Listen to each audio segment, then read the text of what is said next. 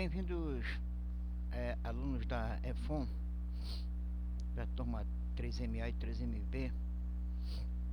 Vamos dar início agora a uma nova etapa com a disciplina PES 01, que se chama Proficiência em Embarcações de Sobrevivência e Salvamento no Mar. Me chamo professor Edson, sou capitão de cabotagem, professor instrutor da área de náutica, CEABA. Começando aqui com unidade 1.0, introdução e segurança. A maioria das regras advém da investigação de acidentes para que, conhecendo-se as causas, possam ser aplicadas medidas preventivas à sua repetição. Por exemplo, aqui o naufrágio do Titanic. O navio afundou às 2h18 do dia 15 de abril de 1912. Das 2.224 pessoas a bordo,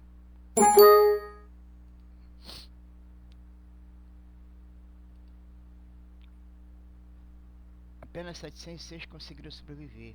Calcula-se que 800 dos mortos foram devorados por tubarões. Foi a partir desse momento que deu-se origem à Convenção Internacional chamada de SOLAS, Safety of Life at Sea, Convenção Internacional para salvaguardar a vida humana no mar. A maioria das regras, como as da Convenção SOLAS, advém da investigação de acidentes para que, conhecendo-se as causas, possam ser aplicadas medidas preventivas para se evitar sua repetição, principalmente na área da navegação aérea e navegação navegação marítima. Todas as causas de acidente grave, né, que teve como acidentes com morte de pessoas envolvidas no sinistro, geralmente os órgãos, né, internacionais como a ONU, a Organização das Nações Unidas, a IMO, a Organização Marítima Internacional, que trata da navegação marítima de todos os países envolvidos com a ONU, que pertence à IMO, assim como o Brasil. Eles tratam de fazer uma nova convenção, um novo código, um novo regulamento para que aquilo não volte a acontecer em grande escala. Então esse naufrágio desse navio nessa época de 1912 foi o responsável pela criação da Convenção Internacional, a SOLAS, né?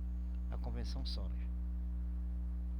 Vou passar um vídeo rápido aqui para vocês terem uma ideia de até hoje passa-se vídeo, já foi robô em 5.000 metros de profundidade que está o navio lá no Oceano Atlântico, próximo lá dos Estados Unidos, por ali que mais ou menos que ele afundou, na parte norte do mapa, né? Mapa mundi. Então 5.000 metros de profundidade já foi robô e viu lá fazer pesquisa, né? O que aconteceu em 1912 com o navio para ter partido no meio, caiu, foi pro fundo, morreu toda essas pessoas lá, 800 mortos. Então o robô foi lá, tipo um submarino, com pessoa a bordo, né? Com cientista a bordo. Filmaram tudo. Eu tenho um vídeo que eu assisti outro dia aí sobre esse assunto, para saber as causas e fazer esse filme também. O robô foi lá várias vezes, 33 vezes. E para o autor do filme, ele pagou tudo esse... O autor não, a empresa que fez o filme pagou essa vistoria, né? Essa inspeção do robô, para saber o que houve e ter os detalhes para poder fazer tudo o que aconteceu no filme, né? Vocês viram, o filme foi bem feito, né? Leonardo DiCaprio lá, uma atriz lá que eu não me lembro o nome, foram o protagonista desse filme, muito bem bolado. Vou mostrar aqui o videozinho aqui. Outra coisa também, todo tempo vai ter no meu slide essas palavras aqui grifadas em branco, né? Sublinhada em branco, palavra em branco e sublinhada embaixo, que vai direcionar para um link, né? Para você assistir alguma coisa, ver algum vídeo, ver uma foto, um arquivo, ou até mesmo uma portilha, você pode abrir por aqui, pelo meu slide aqui. Estou falando eu que estou aqui com o slide aberto, né? Mas quando for feita a videoaula você não pode mais abrir isso. Vai assistir o que eu vou passar aqui. Vou passar o vídeo aí. Em 15 de abril de 1912, o RMS Titanic afundou algumas horas depois de colidir com um gigantesco iceberg. Muitos filmes foram feitos desde então para contar a história do navio impossível de naufragar, que não conseguiu concluir sequer a sua viagem inaugural. Algumas das cenas dos filmes foram baseadas em fatos reais e talvez você nem imagine. É fato, mesmo passados mais de 100 anos, o naufrágio do gigante Titanic continua despertando paixões e dúvidas. Como poderia um navio ultramoderno, equipado com todas as novidades de seu tempo, com um nome tão chamativo como Titanic, naufragar após se chocar com um iceberg? Ocorre que havia outros fatores que, somados, levaram à catástrofe, como num acidente aéreo, que, como se sabe, nunca ocorre por um motivo isoladamente. No vídeo de hoje você vai conhecer um pouco mais sobre este assunto. Conheça agora a verdade sobre o Titanic, como ele realmente afundou.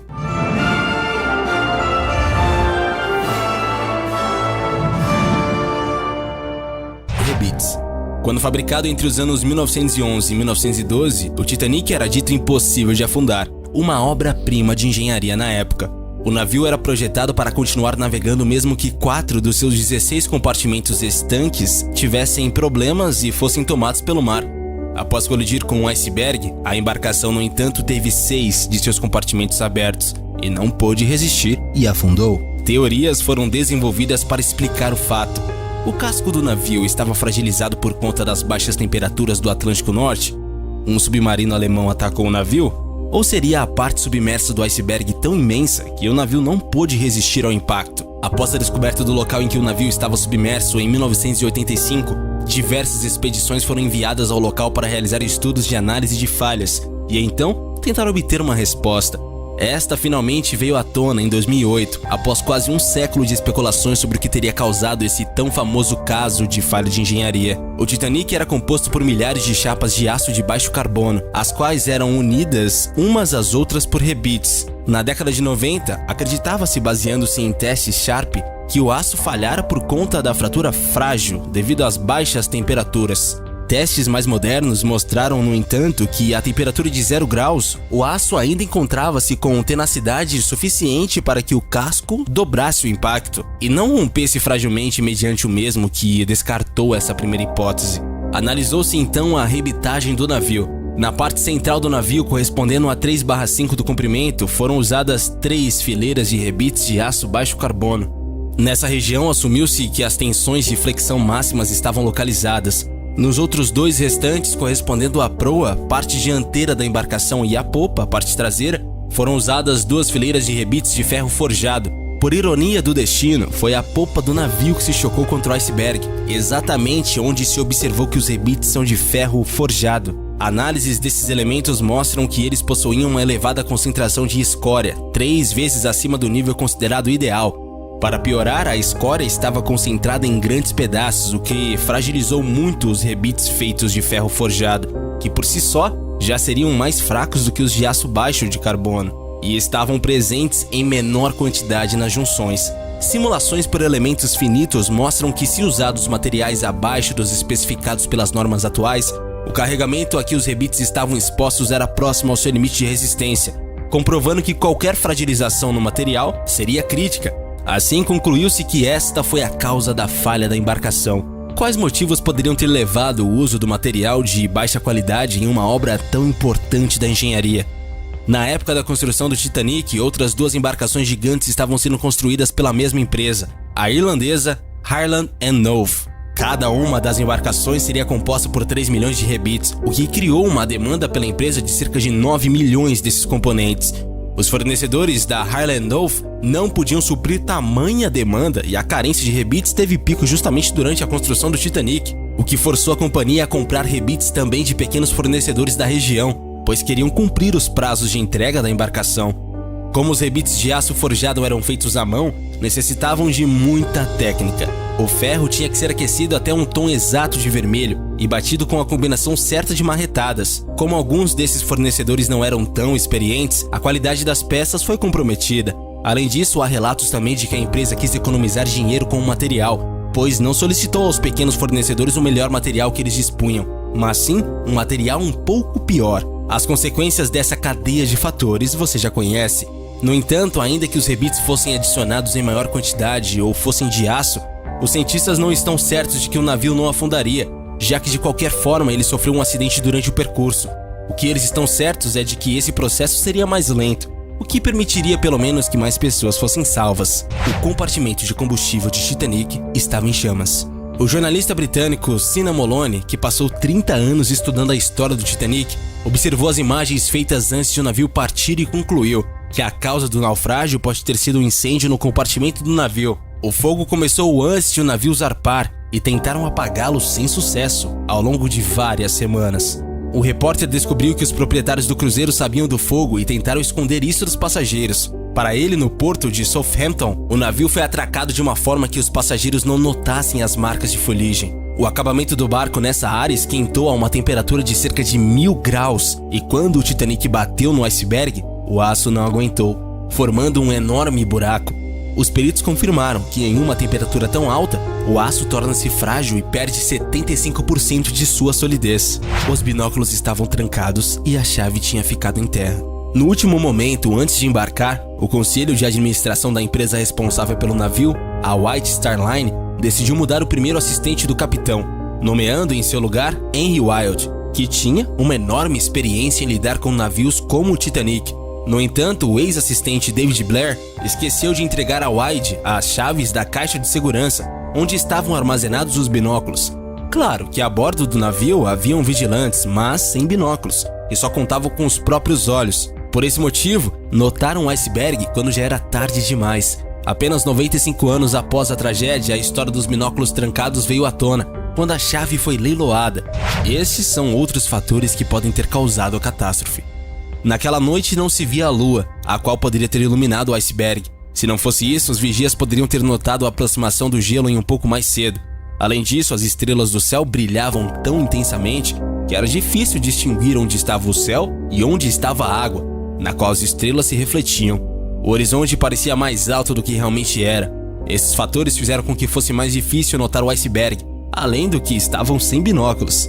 Apesar de todas as advertências de outros navios, o Titanic não reduziu a velocidade ao entrar na zona de icebergs à deriva. Naqueles tempos não era obrigatório seguir as regras de segurança de navegação. Se o navio tivesse navegado numa velocidade mais lenta, poderia ter feito manobras a tempo de evitar a colisão. O oficial que fazia a guarda na cabine de comando deu a ordem, mas para realizar a manobra, o tempo era curto. As investigações também concluíram que antes de dar o comando, o oficial hesitou por cerca de 30 segundos. Tempo que poderia ter salvo o navio. Se o Titanic tivesse atingido o iceberg e a proa da embarcação de frente, ela teria sido seriamente danificada, mas o navio seguiu navegando. O rasgo na lateral foi fatal. Mas e você? Qual a sua opinião sobre esses fatores que podem ter causado essa tragédia? Mas como é passado aqui no vídeo, né, como vocês viram aí, muito importante esse vídeo. Isso é só especulação, né, de um vídeo, né, no caso. Mas falou aí que uma das causas do naufrágio foi o binóculo não tá a bordo lá, que o pessoal que ficava aqui na gaiuta, aqui na proa, os marinheiros de serviço, né, do horário de 0 às 4, porque aconteceu aqui às 2h18, né, de 1912. O tarde de serviço era o segundo piloto, né, na época, o segundo oficial de náutica. E aqui tinha o quê? 2 marinheiros de serviço aqui, né. Só que disse que ele estava sem o binóculo, né. Se a caixa estava lá no seu passadiço e o imediato que foi substituído lá em terra antes do navio sair pelo comandante a mando do armador, o armador não gostava do imediato que era efetivo do navio, do comandante, mandou trocar ele para um cara mais novo, no caso, né. Aí ele esqueceu de passar a chave para o outro, né. Só que a chave não justifica lá do não ter o binóculo. Com certeza a caixa que estava lá no passadiço, quando viram que quando o navio saiu, já vários dias de viagem, claro que o comandante ia procurar na saída do navio do porto, ia procurar pelo binóculo para para verificar a navegação, a segurança da navegação, o comandante ia ver que o binóculo estava trancado e não tinha chave, ele ia mandar arrombar a caixa, pô, onde estava os binóculos, claro, com certeza ele estava de binóculo. E também disse que o navio não bateu, bateu de proa, claro, não bateu de proa pela filmagem que vocês viram lá, né, que foi feita lá pelo robô, né, submersível. Não bateu de frente, bateu pelo lado de Boreste, né, e bateu justamente naquela coisa que aquele repórter lá especulou que o navio tinha sido, antes de o navio sair do porto, tinha sofrido um incêndio aqui na proa, né, no porão do navio, onde botava as cargas, todos os carros, tudo, os porão do navio aqui, que é porão, ficava daqui da proa, né, do proa 1 até aqui a superestrutura aqui do passadiço, né, passadiço é aqui. Então houve um incêndio aqui, aí ele bateu justamente aqui, talvez com incêndio e com calor, né, que aquele não foi montado com material muito, que é por causa da economia do armador e tal, e também a demanda do negócio lá dos arrebites, né, foi montado aqui e sofreu incêndio e enfraqueceu esse chapeamento aqui no lado do costado, abriu o rombo. Ele disse também aqui nesse vídeo que o navio era estanque aqui, os porões não era não. Os porões aqui do navio, pelo que eu sabe, eu vi foto também, não ia até o teto aqui, então a água entrou no primeiro buraco aqui, no rombo, subiu e passou por outro porão, aí foi subindo, passando, por isso que demorou 1 hora e pouco para ele ir pro fundo, porque foi a água entrando muito rápido, né? O navio começou a guinar para Boreste, né? E afundar pela proa, e a água foi transbordando, passando de um tanque para o outro. Aí no fim, aqui a meia-nau, houve um rompimento, o navio partiu, porque justamente estavam feitos os arrebites, aqueles que ele falou. Talvez, eu estou só especulando também, igual a eles aí. Aí ele partiu por causa dos arrebites que também tinham feito, colocado aqui, que não era o arrebite correto, né? De aço forjado, né? Do bom, foi feita uma economia e estava faltando na época o arrebite, aí ele partiu no meio por causa disso. Então ele tinha um momento, fretou esse navio devido ao comprimento dele, 300 e poucos metros, quase 400, sei lá, não tenho ideia de quanto seja, de 398 metros, negócio desse aí, esse Titanic. Então ele tinha um momento, fretou bem aqui a meia-nau, muito grande, porque as cargas tudo era localizado na proa, não tinha porão aqui. Se tivesse um porão aqui era pequeno aqui na ré, que a polpa aqui era pequena, a polpa, né? O convés de polpa era pequeno, e a proa aqui, o convés de proa era maior por causa que aqui colocava as cargas. Então se colocava a carga aqui na frente, certo? E o navio ia sofrer um momento flutuou muito grande aqui, né? Aqui a meia-nau mais ou menos. E foi justamente onde partiu na meia-nau. Então essa que é a minha conclusão que eu tiro do afundamento desse navio. E outra coisa também, não adiantava nem estar com binóculo aqui, porque eu acredito que pelo iceberg que se encontrava naquela região lá, se estava o iceberg, porque a temperatura da água do mar estava muito baixa. Se tinha a temperatura da água do mar muito baixa, as condições atmosféricas, como o brilho das estrelas, disse que os brilhos das estrelas eram acentuados, porque tem a nevoeiro. Então, cara, não enxergaram os tripulantes que estavam aqui no cesto da Gávea aqui. Não enxergaram o iceberg devido ao nevoeiro. Tinha nevoeiro. Então a gente não estava lá, pô. Como é que eu vou saber que é que o cara viu? Eles não viram nada, porque quando viram já o iceberg estava em cima, porque o nevoeiro impediu de ver ele mais distante. Nem com binóculo ia ver lá. Então não adiantava binóculo, estar trancado em caixa. Não tinha nada a ver. O navio naquela época não tinha radar, né? O radar era visual, né? No caso aqui, os vigias do passadiço na época era segurança da navegação, né? Aí depois disso aconteceu que a IMO se reuniu, né? A ONU chamou a IMO, né? Criou a IMO.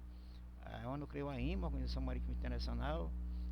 Os mesmos países que fazem parte da ONU, que tem navegação costeira, navegação interior, participaram lá da IMO, da Organização Marítima Internacional, como o Brasil, e criou aí a Convenção Solar devido a esse acidente para evitar outros acidentes piores ou iguais a esses aí. Mas acontece que até agora há pouco tempo ainda teve um acidente com um navio aí, o Costa Concórdia, lá na Itália, né? E foi até parecido, parece até que voltou o Titanic no passado. Foi de noite também, não enxergaram lá porque esse negócio essa pedra, no caso lá, estava submersa, onde a Costa Concórdia passou. E rasgou a lateral de Bombordo também, de novo, né? Aqui foi a lateral de Boreste, lá foi a lateral de Bombordo.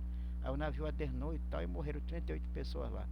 É que pelo menos foi menos pessoas que morreram, mas mesmo assim, vai surgir de novo, através de convenção, solas, novo regulamento, que navio de passageiro não pode trafegar perto da costa, vão dar limite para isso, entendeu? Isso que eu estou falando, qualquer coisa que aconteça na navegação, que impacta no meio ambiente, vida humana, lá vai ter reunião da IMO, né, da Organização Marítima Internacional, aí cria-se novas regras, novos regulamentos para colocar nas solas, no Marpol, outras convenções, entendeu? Para poder a gente navegar com mais segurança. Continuando. As responsabilidades relativas à prestação de socorro às pessoas no mar baseiam-se em razões humanitárias e são determinadas pela prática internacional. As obrigações específicas podem ser encontradas em diversas convenções, inclusive as seguintes. Dizer a responsabilidade é mundial, hein? Esse negócio de salvaguarda da vida humana no mar, tanto por terra ou por ar, por mar, terra ou ar, o mar, é humanitária, é razão humanitária. Então tem até a Convenção das Nações Unidas sobre o Direito de usar o mar, tem a Convenção Internacional de Aviação Civil, tem a Convenção Internacional de Busca e Salvamento Marítimo, tem a Convenção Internacional de Salvaguarda da Vida Humana no Mar, tem o Marpol, tem outras convenções que é usado aqui para poder manter a segurança da navegação. Então nós vamos ver aqui que temos aqui, por exemplo, o anexo 12, a Convenção sobre a Aviação Civil Internacional, que está no anexo 12, fala sobre a Convenção sobre a Aviação Civil. Então eu vou falar aqui das principais convenções, no caso. É claro que tem mais outras convenções, no caso, à medida que a gente for estudando a nossa disciplina, que fala sobre situação de emergência, né, de abandono, no caso, a embarcação de salvamento e sobrevivência. Então, embarcação de salvamento e sobrevivência se fala de abandono. O abandono é sinistro, sinistro é solas. Então, essas convenções aqui, as que são mais usadas no caso, né, e elas vão aparecer o tempo todo adiante do nosso estudo, para que você possa pesquisar. Claro que eu não vou obrigar ninguém a ler tudo que está escrito lá, certo? Uma convenção dessa aí, um livro, porque para mim conseguir esse material aqui, que eu estou agora clicando lá no link em branco, que eu disse que ia ter link em branco que eu fosse clicar aqui aparecer, então nós vamos ler aqui o artigo 12 da regra de tráfego marítimo, né? No caso, aliás, da navegação aérea, né? Que fala sobre navegação aérea, que regras de tráfego. Então você vai ler essa parte aqui, como se fosse assim um estudo, né? Você vai, não vai querer gravar nada. Você abre o livro, vai lá na regra, lê, interpreta, anota qualquer coisa no seu caderno, tem que ter um caderno de anotação, anota e guarda lá com você, que vai servir mais tarde quando você estiver trabalhando a bordo do navio, esse tipo de regra aí, né? Então aqui, cada um dos estados contratantes, estado contratante é aquele país que pertence a esses regulamentos, essas convenções, entendeu? Estado contratante, por exemplo, o Brasil é um estado contratante, os Estados Unidos é um estado contratante, os países que fazem parte da ONU e da IMO. Então esses são os estados contratantes, né? Se compromete a tomar as medidas necessárias para assegurar que todas as aeronaves que voem em seu território ou manobrem dentro dele, e todas as aeronaves que levem o distintivo e sua nacionalidade onde quer que se encontrem, observem as regras e regulamentos que regem voos e manobras de aeronaves. Cada um dos estados contratantes se compromete a manter seus próprios regulamentos, tanto quanto possível, semelhante aos que venham a ser estabelecidos em virtude desta convenção. No que se refere a voos sobre o mar, os regulamentos serão estabelecidos em virtude desta convenção. Cada um dos estados contratantes se compromete a processar todos os infratores do regulamento em vigor. Quer dizer, aqui tem as normas todas nessa convenção aí da aviação civil sobre a aeronave, até aqui no que se refere a voo sobre o mar. Então o aluno vai, faz uma pesquisa, lê, como eu fiz aqui agora, aqui no link aqui do site. Vou falar agora aqui sobre a Convenção Internacional sobre Busca e Salvamento Marítimo, SAR Convention, Search and Rescue, busca, search, busca, and rescue, resgate, busca e resgate, busca e salvamento, Convenção de 1989. Isso aqui é mais uma convenção também que se atrelou ao SOLAS, né, junto com o SOLAS, para salvaguardar a vida humana no mar. Então aqui nós temos aqui a Convenção Internacional sobre Busca e Salvamento Marítimo de 1979, emendada pelas resoluções MCS 70, 69 e MCS .155 de 78. As partes a convenções. Considerando que diversas convenções internacionais atribuem especial importância à prestação de assistência a pessoas em perigo no mar e ao estabelecimento por todos os estados costeiros de dispositivos adequados e eficazes para a vigilância da costa de serviço de busca e salvamento.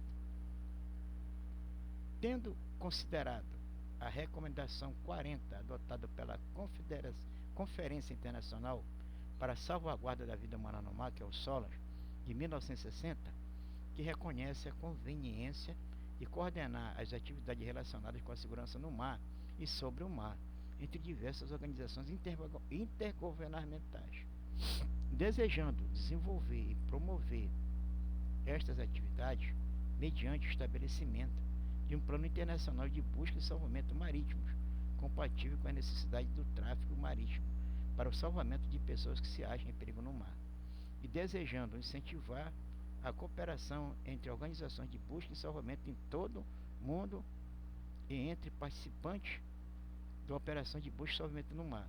Concordo no seguinte, aí começa aqui os artigos, as obrigações gerais sobre convenção, outros tratados e interpretação, e assim por diante. Então o aluno vai, pesquisa aqui, ele vai lá, eu vou colocar essa convenção aqui, lá no diretório lá da plataforma do EAD, para que o aluno baixe para o diretório do computador dele, anote no caderno e tal, sobre o que nós estamos falando aqui, alguma coisa que ele vê também aqui nos slides, ou na videoaula, e anote para poder ele pesquisar lá na convenção, né? Então essa aqui é a Convenção Internacional sobre Busca e Salvamento no Mar, a SAR, né? Search and Rescue Convention. Agora nós vamos ver aqui a Convenção Internacional para a Salvaguarda da Vida Humana no Mar, SOLAS, Convenção de 1974, suas emendas. Então em 1974, essa Convenção do SOLAS teve suas emendas, né? Foi emendada, mas ela muito antes de que, logo após o Titanic, né? Esse naufrágio do Titanic, que foi feito o SOLAS aí. Então, vamos ver aqui o SOLAS, como é que fala esse regra 14 do SOLAS, né? A regra 14 do SOLAS. Novamente frisando aí para vocês que sempre começa naquela primeira parte lá em cima, né? Na regra número 1, no parágrafo número 1, e tem lá também os títulos, né? Subtítulo também, você vê o número da página, vai procurar, por exemplo, no caso aqui, essa regra 14 está na página 364 do PDF, que eu botei lá no slide, né? No slide não, na videoaula, página 364 da regra 14, condução dos navios. O item 1. Os governos contratantes, novamente esse negócio de governo contratante, o tempo todo está nessas convenções. Todo tempo está nessas convenções, e essa parte do governo contratante justamente é os países que fazem parte da ONU e da IMO, né? Compromete-se cada um deles com relação aos seus navios a manter, ou se for necessário, a adotar medidas com a finalidade de assegurar que, do ponto de vista de salvaguarda da vida humana no mar, todos os navios sejam suficientemente eficientes conduzidos. O item 2 fala de todo navio ao qual se aplica o capítulo 1 deverá ser dotado de um documento de condução de segurança, o equivalente emitido pela administração, como prova de existência de condução de segurança mínima considerada necessária para atender ao dispositivo no parágrafo 1. No item 3 está escrito que deverá ser estabelecido em todos os navios e registrado no seu livro de quarto adequado um idioma de trabalho para assegurar no desempenho eficaz da tripulação nas questões relativas à segurança. A companhia, como definida na regra 9/1, ou o comandante, como for adequado, deverá estabelecer o idioma do trabalho adequado. Todo marítimo deverá entender e, quando for adequado, dar ordens e instruções e transmitir informações de volta naquele idioma. Se o idioma de trabalho não for um idioma oficial do Estado, cuja bandeira o navio está autorizado a arvorar, todos os planos e listas cuja fixação exigida deverão conter uma tradução para o idioma do trabalho. O item 4. Nos navios aos quais aplica o capítulo 1, o inglês será utilizado como idioma de trabalho no passadiço, para as comunicações de segurança passadiço e do passadiço para a terra, bem como para as comunicações a bordo entre o prático e o pessoal de serviço no passadiço, a menos que a pessoa diretamente envolvida nas comunicações fale um idioma comum que não seja inglês. E essas 4 itens aqui da regra 14 fala mais da condução do navio, da parte de navegação marítima, que cada governo contratante é obrigado a fazer e a manter essas regras e a também fazer a fiscalização no caso da Marinha do Brasil. E também o pessoal que trabalha a bordo, por exemplo, desde quando houve o problema lá de falta de navios e a crise internacional de 2008, 2008 mais ou menos, houve uma crise internacional, né, de dinheiro aí em todo o planeta. Aí aumentou o número de navios de bandeira estrangeira. Aí, por exemplo, na Bacia de Campos tem muito rebocador contratado por empresa estrangeira, tem plataforma com empresas estrangeiras, mas o regulamento do trabalhista nossa diz que 2/3, também o regulamento também da Normandia diz que tem que ter 2/3 de trabalhador brasileiro a bordo, então o restante pode ser estrangeiro. Então, mas se a maioria da tripulação do navio fala inglês, então o comandante vai ordenar que todo mundo se comunique em inglês, o diário náutico seja escrito em inglês, as panfletagens do navio, as listas de tripulantes, tudo seja em inglês. Se o idioma do navio for maioria português, então todo mundo vai ter que falar em português, inclusive o gringo embarcado, né? Vai ter que aprender o idioma português para poder ele se comunicar com a tripulação do navio embarcado. Então é esse aqui que trata esses itens aqui, né? Agora a comunicação lá fora no exterior com prático sempre é em inglês. No Brasil nem tanto, a gente está no idioma português, a não ser navio gringo, navio estrangeiro, que o comandante e os oficiais que estão a bordo lá na hora da manobra vão falar inglês com o prático brasileiro aqui que tem que falar inglês também. Também tem a Convenção das Nações Unidas sobre o Direito do Mar. Essa é outra convenção que foi criada também em 1982. E aqui tem um capitão de corveta, Cláudio Luiz Lima Martins, que ele está dando uma informação sobre essa Convenção das Nações Unidas para o Direito do Mar, falando sobre a perspectiva para as operações navais da Marinha do Brasil, no caso com essa convenção. Então aqui tem é bom você dar uma lida, que é importante isso aí que ele escreveu, esse capitão capitão de corveta, que ele fala sobre essa convenção aí, que até há pouco tempo eu desconhecia, no caso, que não tinha lido nada sobre ela. Então a Convenção das Nações Unidas sobre o Direito do Mar, CNUDM, ou simplesmente Lei do Mar, representou um marco no desenvolvimento da regulação desta porção de terra, além de estabelecer um regime jurídico claro a ser cumprido tanto no mar como no seu espaço aéreo subjacente, no solo e no subsolo marinho. Também representa mais um passo na evolução do direito do mar que, na sua trajetória, oscilou entre as doutrinas que defendiam o mar como propriedade e entre as que defendiam a liberdade total. A Convenção é o resultado da terceira Conferência das Nações Unidas para o Direito do Mar em 1973 a 1982, que chegou ao fim com a assinatura em 1982 do Tratado em Montego Bay, Jamaica, por 117 estados. Foi aprovada no Brasil pelo Decreto Legislativo número 5, de 9 de setembro de 1987, e promulgada pelo Decreto número 1530, de 22 de junho de 1985. Sua entrada em vigor ocorreu em 16 de novembro de 1994, um ano após a 60ª ratificação, conforme previsto nos seus dispositivos. Após quase 14 anos em vigor, foi assinada por 157 e ratificada por 156 estados, da ONU em 2008, no desenvolvimento do texto final da convenção, em função da importância do assunto, da premência de que sua regulamentação fosse amplamente respeitada, adotando-se o critério de consenso, de forma que todos os dispositivos foram amplamente discutidos e a discussão só se esgotava quando o consenso era conseguido. No dizer de Mello, 2004, página 1180, esta convenção foi além de uma simples codificação, uma vez que ela versa sobre muitos assuntos novos ainda não regulamentados pelos costumes. Dessa forma, ela reveste de grande importância, já que vai sedimentar diversos conceitos, alguns herdados de costume, outros já previstos em outros diplomas, e que passaremos a descrever. Quer dizer, ele vai tratar desse assunto aqui, nessa, tipo um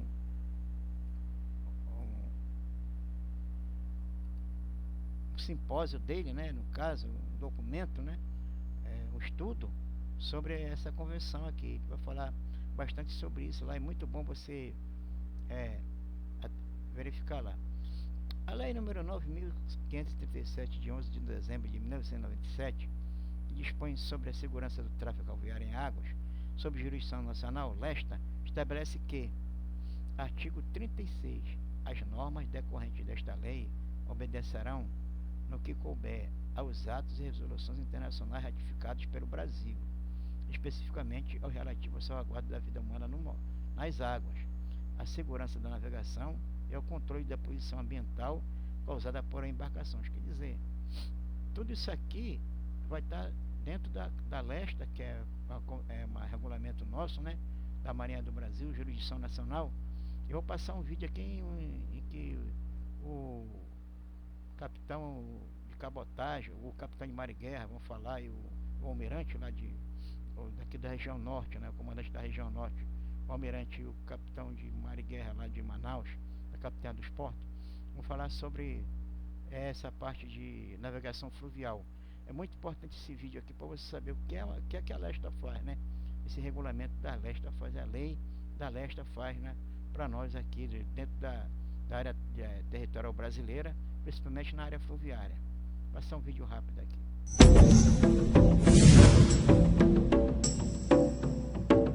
Voltamos. Você verá agora o trabalho realizado pela Capitania dos Portos para formar civis que desejam navegar com segurança nas rotas fluviais da Amazônia Ocidental. O capitão dos portos nos explica os requisitos necessários para se navegar nos rios amazônicos. Saiba também o que é a Operação Verão, em andamento nos rios e orlas para garantir a segurança de embarcações e banhistas. Por último, o almirante Frade nos explicará o que é o Serviço de Sinalização Náutica na Amazônia Ocidental, um projeto que será viabilizado no próximo ano. Tudo isso você verá a seguir. Espelhos de água, mansidão e grandiosidade que chegam a confundir. Por isso, preparação é essencial para navegar em rios únicos que a Amazônia oferece. É preciso conhecimento, respeito, saber dos limites que a natureza impõe sobre o homem. A Marinha tem um papel fundamental nesta qualificação de homens que são aptos a colocar suas embarcações nessas estradas de água. Uma outra atividade que a Marinha faz, muito importante, é a formação do pessoal, para operar as embarcações. Todo o pessoal que trabalha em embarcações no Brasil inteiro é formado exclusivamente pela Marinha do Brasil. E essa formação é uma formação gratuita, não há nenhum custo para o estudante, a pessoa que quer se profissionalizar para se tornar um fluviário, um marítimo. Isso é feito pelas nossas capitanias, delegacias e agências. E além disso, a gente faz os cursos de formação de fluviários, que é o pessoal da Marinha Mercante aqui da região. Se chama não marítimos, mas aqui são os fluviários. Então a gente tem cursos para formá-los, né?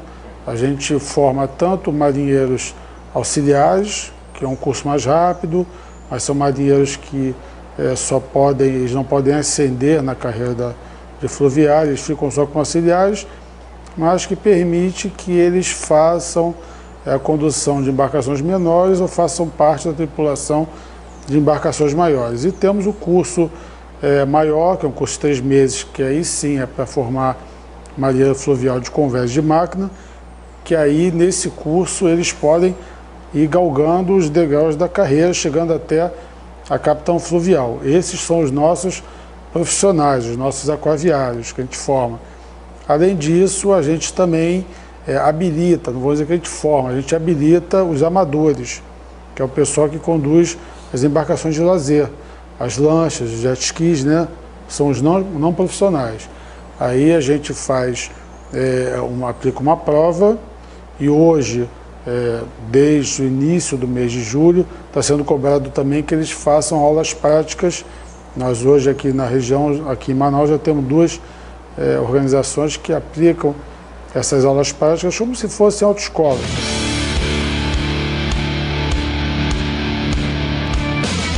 Após a qualificação e o recebimento do ARRAIS, que é a Carteira de Habilitação de Navegação, a Marinha faz vistorias como as famosas Blitz, que acontecem nas rodovias.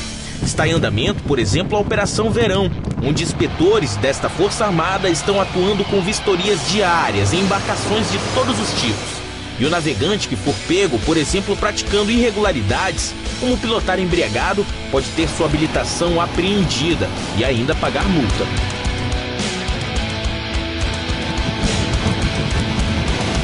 Uma operação que durará mais de 6 meses, que nós chamamos de Operação Verão, onde nós fazemos vistorias e a presença nas praias da nossa região amazônica, porque o nosso inverno amazônico começa em agosto, diferentemente do restante do Brasil. É uma região peculiar.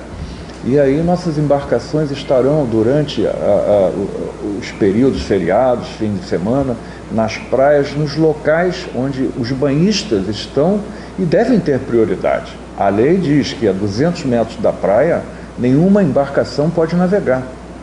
E se elas navegam nessa distância, onde o banhista pode atingir, pode haver um choque da embarcação com o banhista e o banhista vir a falecer.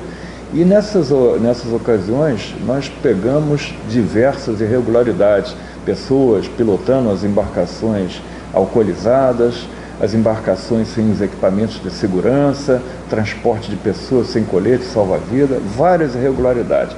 Isto contribui para a segurança da nossa população.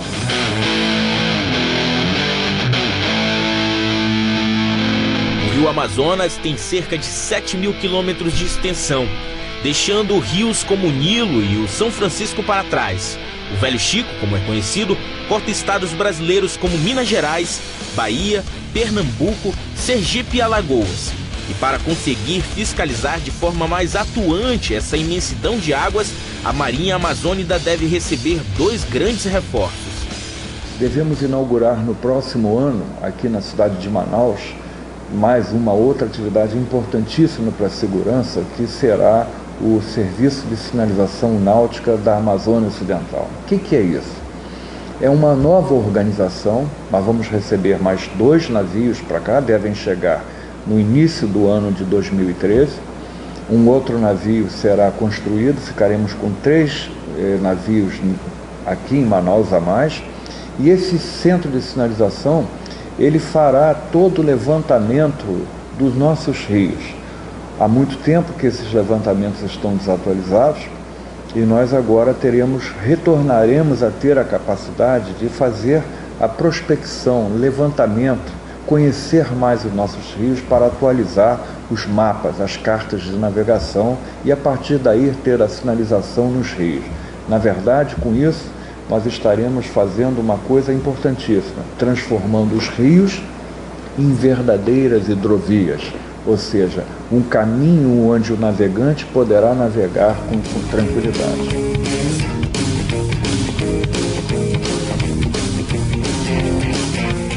E no terceiro bloco, as perspectivas futuras no trabalho de fiscalização do tráfego nas vias fluviais dos nossos rios amazônicos. O almirante Frade nos fala sobre o aumento da frota de navegação nos próximos anos e as ações da Marinha para acompanhar este crescimento. Você verá como é realizada uma vistoria em uma embarcação pela Capitania Fluvial. Pois é, esse vídeo aí mostra muito bem o que a Marinha do Brasil está fazendo aqui na região norte, né, do nosso estado e também do Amazonas, de outros estados também, da região ocidental e do norte do Brasil, que continua até hoje. A gente passa lá, por exemplo, eu fui inspetor de segurança lá da REMAN, refinaria da Amazonas lá em Manaus, trabalhei um ano lá, e eu via lá o pessoal da Marinha fazendo serviço lá, de vistoria das embarcações, os barcos, navio de passageiro. Eu ia também fazer as inspeções, né, pela terminal da Petrobras, né? Porque a REMAN é da Petrobras. Então eu fui inspetor de segurança lá da REMAN, né? Então os navios que atracavam lá no terminal para carregar e descarregar petróleo, gás de cozinha, GNP, diesel, o que fosse lá de lá de Coari, os navios de passageiro que vinham abastecer lá no Rodem, eu ia lá fazer a inspeção de segurança e também liberava o navio para fazer o carregamento.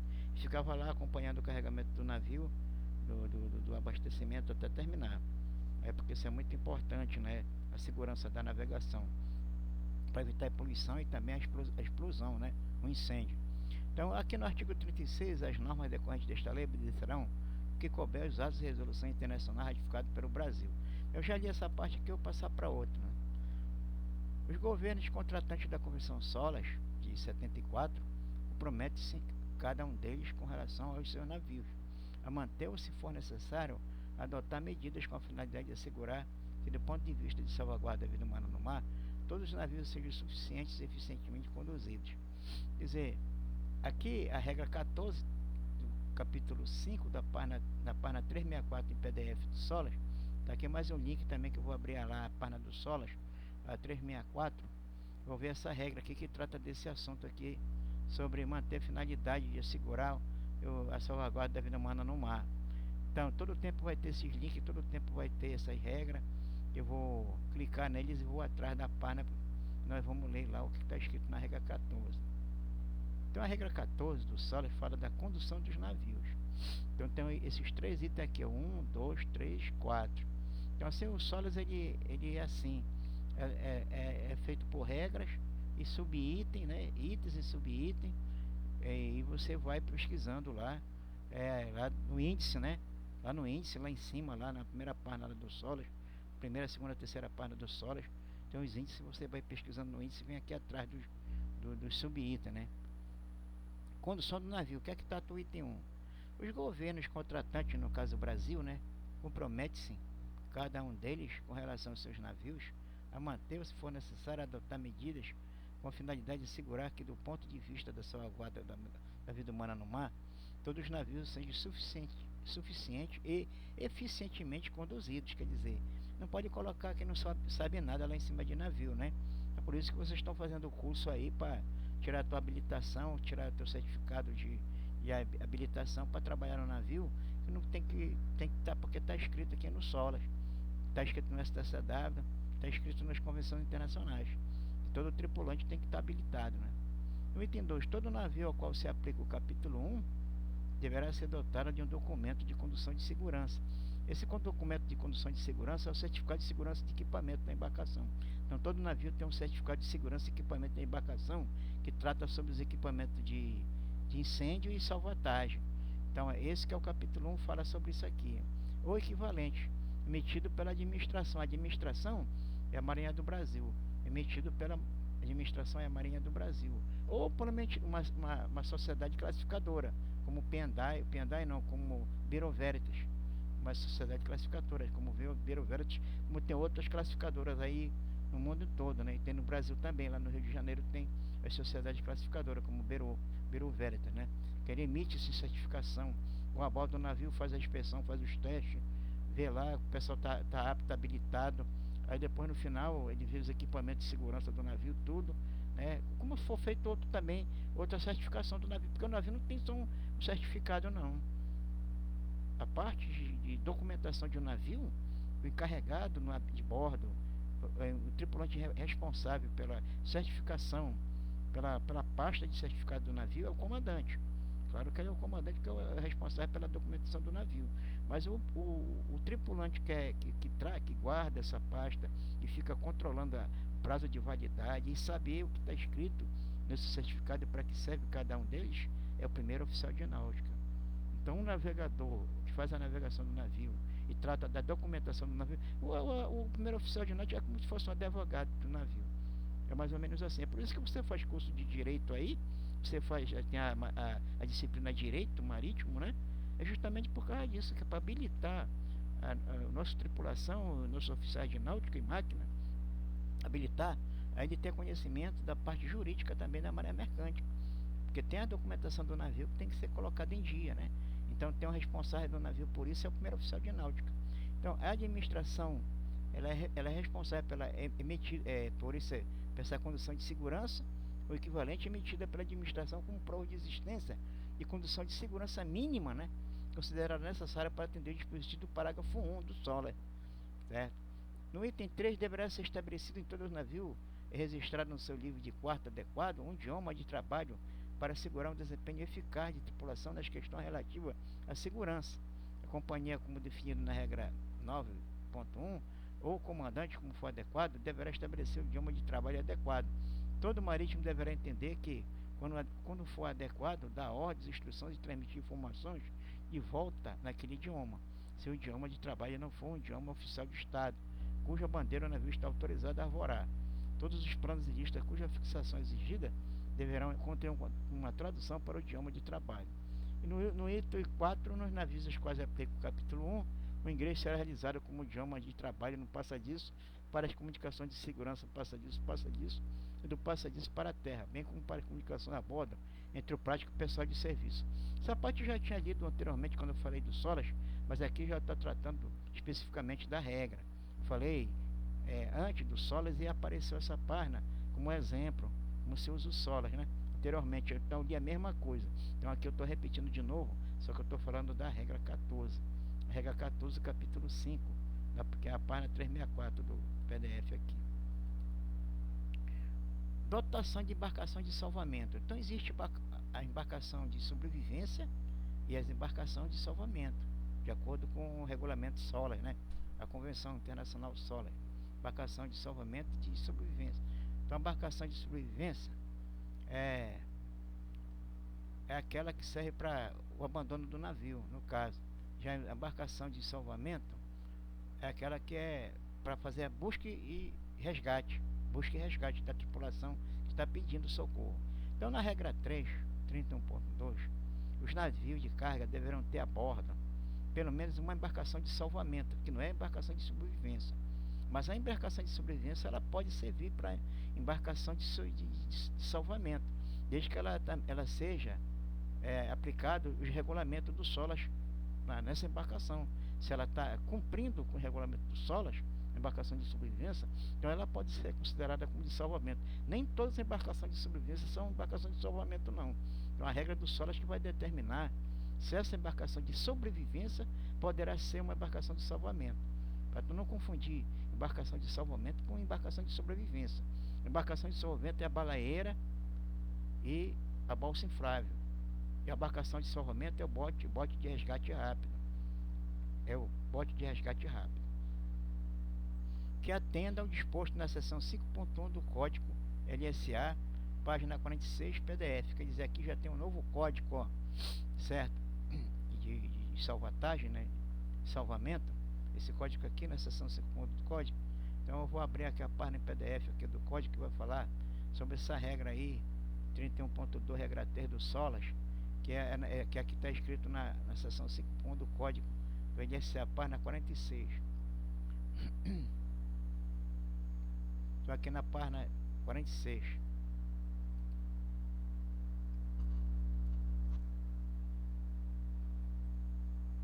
Embarcações de salvamento, que não é embarcação de sobrevivência, como já disse anteriormente. Então já começa aqui no subitem 5.1, embarcação de salvamento. Como eu disse aqui, ó, tem que ter muita atenção nessa jogada que eu faço aqui, ó. Seção 5.1 do Código LSA. Seção do Código LSA. Então estou no Código LSA. Aqui regra 3, 31.2 é do SOLAS. Se eu for abrir no SOLAS vai falar sobre embarcação de salvamento aqui. E se eu abrir aqui no Código LSA, na página 46, na seção 5.1, eu vou encontrar aqui embarcação de salvamento 5.1. Aí você vai ler aqui prescrições gerais. Aí os itens, subitens 5.1.1. Com exceção de disposto nessa regra, todas as embarcações de salvamento deverão atender ao disposto no parágrafo 44.1 e 4474, inclusive exceto os parágrafos 4468, 4476, 4478, 44710 e 44711, certo que para todas as embarcações de salvamento, uma massa média de 82,5 kg deverá ser aplicada ao parágrafo 44221, após a referência feita a 449. Uma embarcação salva-vidas poderá ser aprovada, empregada, uma embarcação salva-vidas, não é embarcação de salvamento, poderá ser aprovada e empregada como embarcação de salvamento se atender a todas as prescrições dessa regra. E se essa embarcação de salva-vida, que é a baleeira, no caso lá a bordo, ela atender todas essas regras que estão aqui, certo? Daqui dessa desse regulamento, então ela vai servir para ser embarcação de salvamento. Se completar de maneira satisfatória os testes para embarcação de salvamento prescrito na regra 3/4.2 do SOLAS. Quer dizer, os testes, né? Tem que fazer o teste para ela, pra ver se ela dá para ser de salvamento, né? Está previsto aqui na regra 3/4.2 do SOLAS.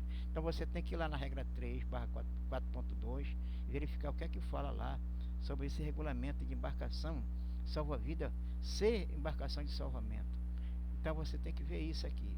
E se os seus dispositivos para estivagem, lançamento e recolhimento existente no navio atenderem a todas as prescrições relativas à embarcação de salvamento.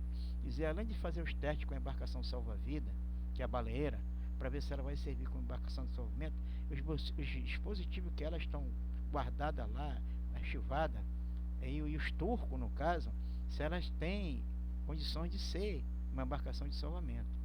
No item 5.1.2, não obstante disposto no parágrafo 444, material flutuante prescrito para embarcações de salvamento pode ser instalado do lado externo do casco, desde que fique adequadamente protegido contra avarias e seja capaz de suportar uma exposição ao tempo, como é especificada no parágrafo 5.1.3.3. As embarcações de salvamento podem ser do tipo rígido, inflável ou uma combinação dos dois e deverão ter um comprimento não inferior a 3,8 metros e não superior a 8,5 metros. Ser capaz de transportar pelo menos 5 pessoas sentadas e uma pessoa deitada. Ser capaz de transportar pelo menos 5 pessoas sentadas e uma pessoa deitada numa maca, todos usando roupa de imersão e colete salva-vidas se necessário. Não obstante o disposto no parágrafo 4415, os assentos poderão ser dispostos no piso, exceto para o timoneiro, desde que a análise do espaço destinado ao assento realizada de acordo com o dispositivo do parágrafo 44222. Utiliza uma configuração semelhante à da figura 1, mas alterada para um comprimento total de 1.190 mm, para proporcionar espaço para as pernas esticadas. Nenhuma parte dos assentos poderá ficar sobre a borda, sobre a polpa ou sobre a parte inflada do costado da embarcação. Quer dizer, isso aqui é os requisitos para uma embarcação de salvamento. Mínimo 5 pessoas, uma pessoa com maca.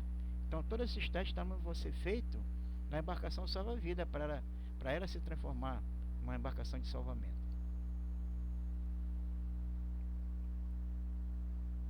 Na regra 10.7 do MODU, código, aqui é a página 80 PDF, né?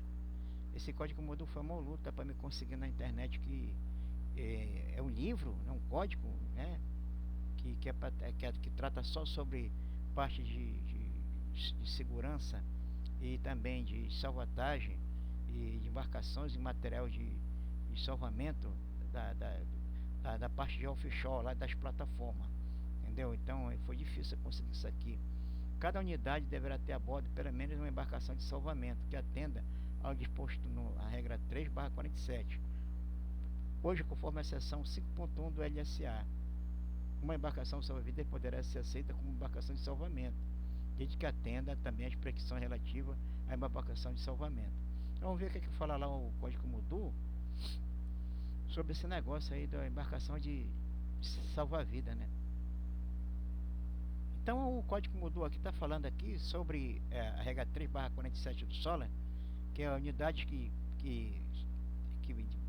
bote de resgate completam no regulamento 3, será completada, né, o regulamento 347. Uma embarcação salva-vidas pode ser aceita como bote de resgate, provido de meios requeridos para um bote de resgate. Então essa regra aqui do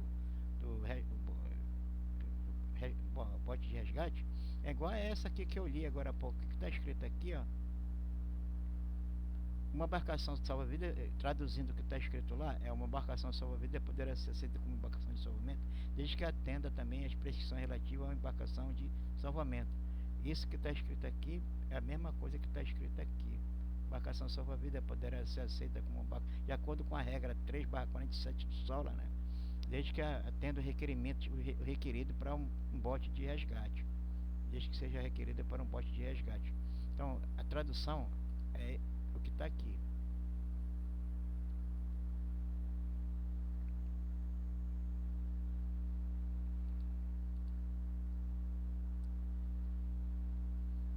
Dotação de embarcação de salvamento. Seção 4, regra 919 do capítulo 9 da norma 1, página 221 do PDF. A dotação de embarcação de salvamento deverá obedecer aos critérios abaixo, que estão resumidas no anexo 9 da norma 1. O item A. As plataformas deverão dotar uma embarcação de salvamento classe 1. O item B. As unidades móveis de combatimento de quilha anterior a 1º de 7 de 86 e plataformas fixas poderão ser dotadas com embarcação de salvamento classe 2, conforme a norma ABNT número EB 2023. Ainda vou pesquisar essa norma aqui da ABNT e botar para vocês aí esse código, essa norma da ABNT que fala sobre as plataformas e as classe 1 e classe 2, né? Embarcação de salvamento, porque existe embarcação de salvamento classe 1 e embarcação de salvamento tipo classe 2.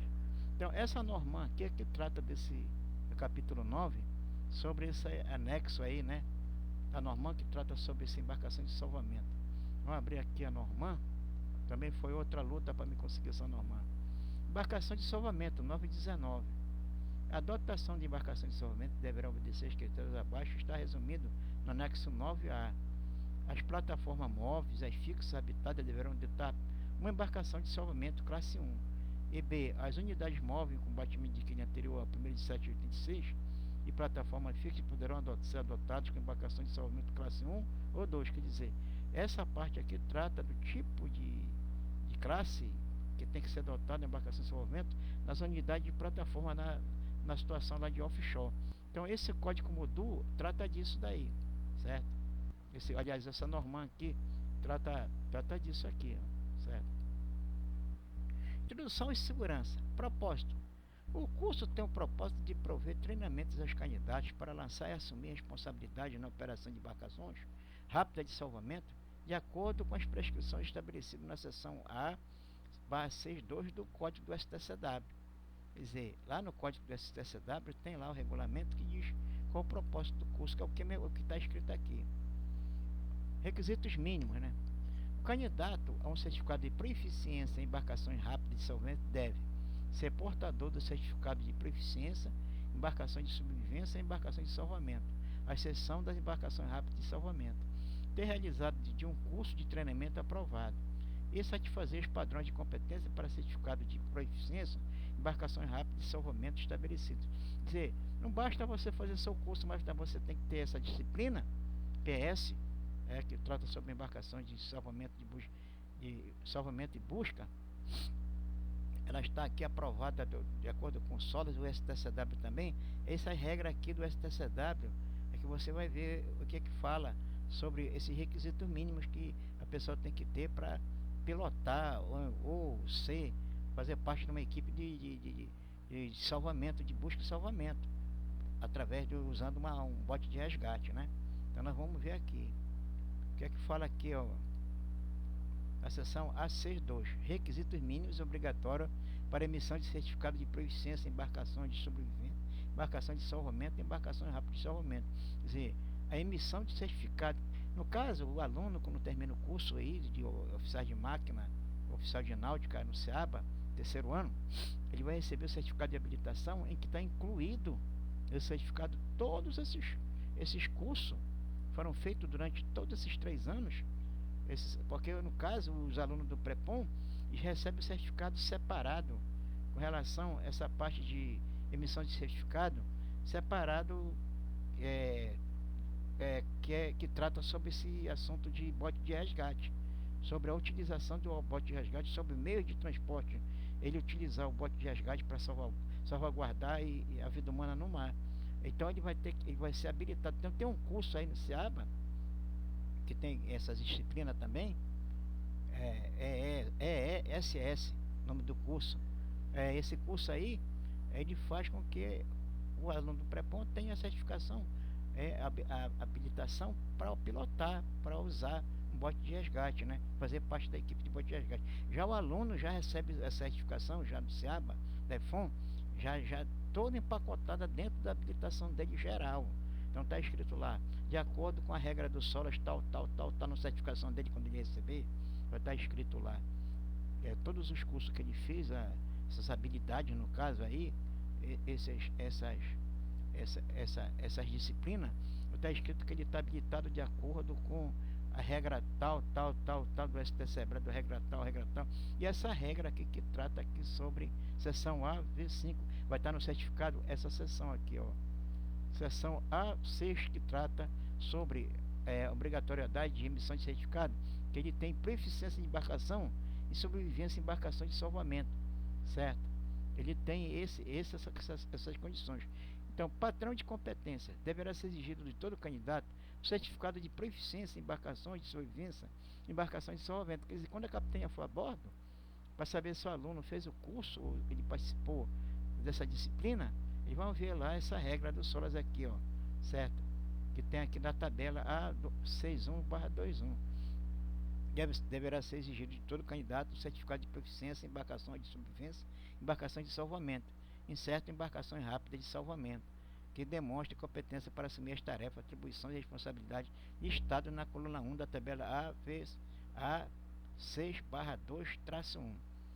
O item 2. O nível de conhecimento dos assuntos listados na coluna 2 da tabela AV1/2. Então tem essa tabela lá, em um determinado local do SOLAS, do STCW, que diz quais são a competência que cada aluno tem, ou cada tripulante vai ter, com relação a essa habilitação aqui, a esse certificado.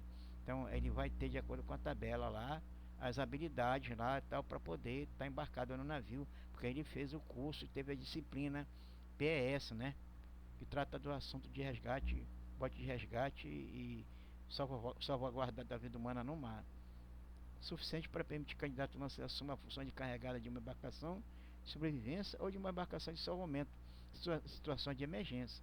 O item 3. A instrução e as experiências para atingir o nível necessário de conhecimento teórico, de entendimento e de proficiência deverão levar em consideração as orientações fornecidas em parte B deste código. Deverá ser exigido de todo candidato a certificação que fornece a prova de ter atingido o padrão de competência exigido mediante 1. Demonstração de competência para assumir as tarefas, atribuições e responsabilidades listadas na coluna 1 da tabela A6/2-1, de acordo com os métodos para demonstrar competência e os critérios para avaliar a competência tabelados na coluna 3 e 4 dessa tabela. E item subitem 0.2, exame ou avaliação contínua com parte de um aprovado programa de instrução abrangendo as matérias especificadas na coluna 2 da tabela A6/2, abrangendo as matérias especificadas daqui. Então está aqui tudo nesse 0.2 escrito que o aluno tem que estar habilitado quando for embarcar no navio, certo? O certificado de competência tem que ter. Então tudo que está escrito na coluna 2 da tabela A6/2-1. Então essa tabela que diz tudo lá, os cursos que o aluno tem que ter com relação a essa parte do bote de resgate. Eu acho que está dando para entender aí, né? Então nós terminamos com isso aqui, a parte da primeira aula. Até a próxima aula. Muito obrigado.